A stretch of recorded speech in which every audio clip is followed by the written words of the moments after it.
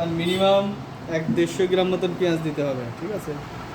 তারপরে আমরা এখন পেঁয়াজ ভেঙে নেবো। আমাদের অনেক কাস্টমার আছে, তারা কমপ্লেন করে যে তাদের ব্লেন্ডারে আর কি কুচি কুচি হচ্ছে না, বাটা হচ্ছে না। তো পেস্ট হচ্ছে না, আমরা আজকে পেস্ট করে টেস্ট দেখাবো। করার জন্য অবশ্যই ব্লেডের উচ্চতা পর্যন্ত পেঁয়াজ রাখতে হবে। তারপরে হ্যাঁ ভাই, চালু করেন।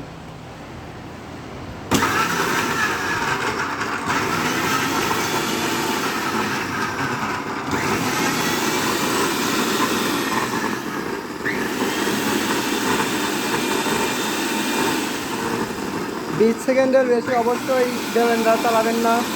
20 সেকেন্ড পর পর আমাদের ম্যানুয়াল ব্লেন্ডিং চালাইলে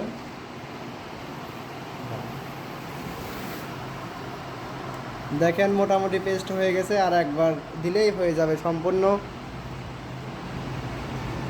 ভালো। এর মধ্যে এখন একটু পানি দিতে হবে, তাহলে আরও বেশি ভালো পেস্ট হবে।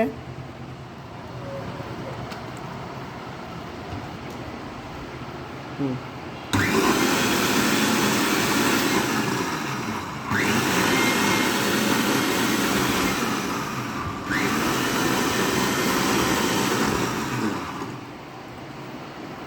আপনারা দেখেন দেখেন পেস্ট হয়ে সম্পূর্ণ গেছে। পেস্ট হয়ে গেছে। কত সুন্দর, একদম কিচ্ছু নাই।